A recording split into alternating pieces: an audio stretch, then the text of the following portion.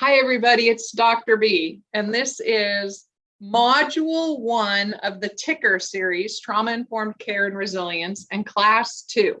It's called The Science of Love, Attachment and Social Determinants of Health.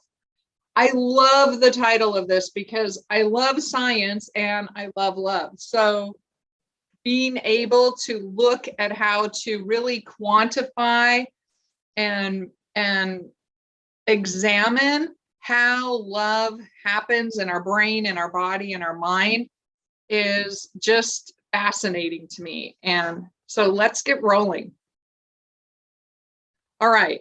So the class objectives for this second class are expanded attachment theory. We're going to talk a little bit more about that. We're going to continue to talk about Bowlby, Harlow, and Spitz. They're researchers.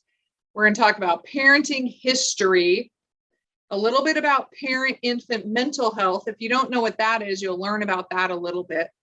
And then ACEs and the impact on mental and physical health. We've already covered that, but now we're diving deeper into these concepts. So remember, this is the beginning of trauma-informed care and resilience, the Ticker certification. And this is Class 2, the Science of Love. All right, we talked about Harlow's monkeys and we watched that really painful video in Class 1.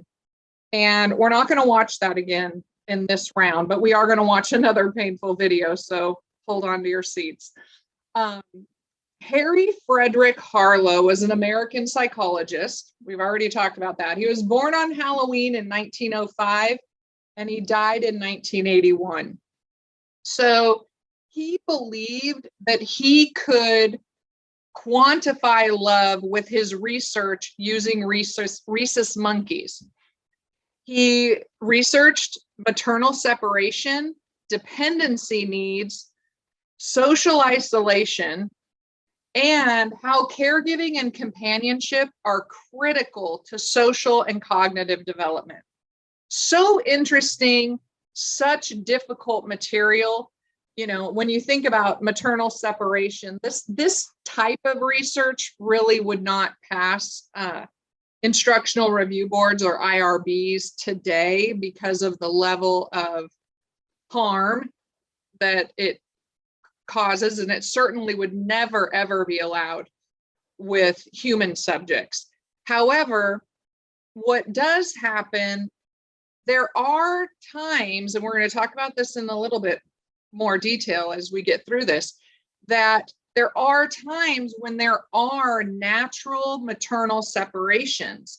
And in those times, we actually can look at what happened and look at data from a research perspective and learn things that way about love and relationship.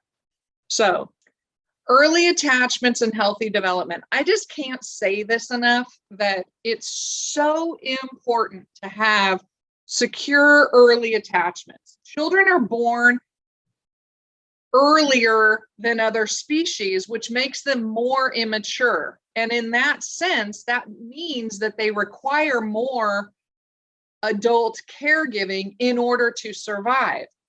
And this is what also fuels attachment and relationships, and that fuels survival. So what Harlow studied was early attachments, along with Bowlby and Mary Main and lots of other people. He also studied affection, emotional bonds, fear, security, and love. So how did he do this? He used these weird wire models of quote unquote mama monkeys. And he used these scary looking machines to scare the babies. And all the while, what he's doing is looking at the baby rhesus monkey's response to different situations based on their relationship with their mama or lack of a mama. So, like I said, it's hard to watch. However, it does shed a lot of light on our understanding about where science and love collide. So we want to understand this because healthy development depends on our understanding of the neurobiology of love. All right, it's all about relationship. It's all about relationships. I don't know who said it first, but it's been said a lot. And it's absolutely one of those staple sayings because it's so true. It can't be more true that life is all about relationships. Nobody wants to go through life alone, by themselves, isolated with no other humans on the planet. It's impractical and it would be lonely and isolating and awful, even though I'm sure there are people out there saying, oh my gosh, I'd love to be alone and isolated and not around people all the time. That's different than being completely the last or only person in existence. All right, let's talk about child development. One of my favorite topics for sure. What Harlow was able to reveal in his research was the devastating effects of deprivation on young rhesus monkeys. What do we mean by deprivation? In terms of adverse childhood experiences, think deprivation, neglect. Is it emotional neglect or physical neglect? Or maybe it's both. And does that then lead into emotional abuse? Maybe, maybe not. Isolation.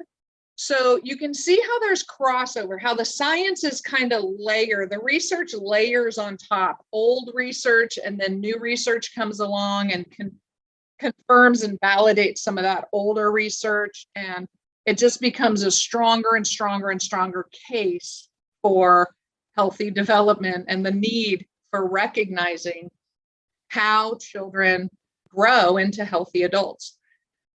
So the other part is that the importance of a caregiver's love for healthy development.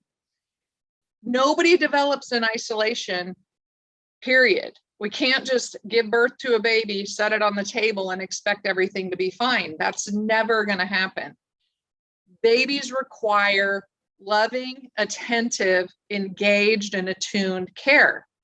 And as much as there's we love the idea of independence, the reality is that babies cannot be independent until they're old enough and developed enough to be that. All right. Again, another truth about child development. Harlow's experiments were often unethical and cruel. It's painful to watch. We watched them together in the last class. But his research did uncover fundamental truths about love and attachment and the impact that long-term neglect can have on child development. And ultimately, not only child development, but human development. Because I don't think he went into doing this research to be unethical or cruel. I don't think it was allowed because of cruelty or anything of that sort. I think that it just was, conceptually, he came up with this idea that he wanted to understand better, and this is how he planned to do it. And it just ultimately ended up being just painfully hard to watch and even more difficult to experience, as we've seen in not only the baby rhesus monkeys, but also the mamas. So I actually think that for Harlow, it was probably very difficult, as well as his graduate students and lab workers. But needless to say, it didn't go to waste, because we use this information today to help us understand what's going on in humanity and what's going on in humans as from earliest periods of life, infancy, all the way through adulthood. So next slide, please.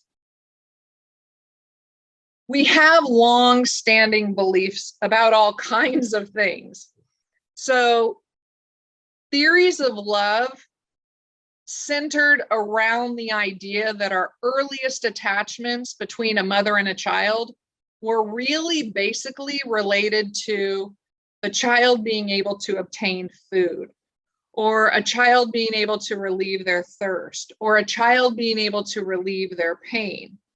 However, Harlow, this is what drove him to do this research in the first place, believed that this behavioral view of the mother-child relationship or attachment was a complete inadequate explanation. So in that sense, to his benefit, he really was able to see way beyond the meaning of the relationship between mother and child and how important it was, that it was not merely about food and fluids or pain. It was really about something much more spiritual, much more emotional, and much more intense.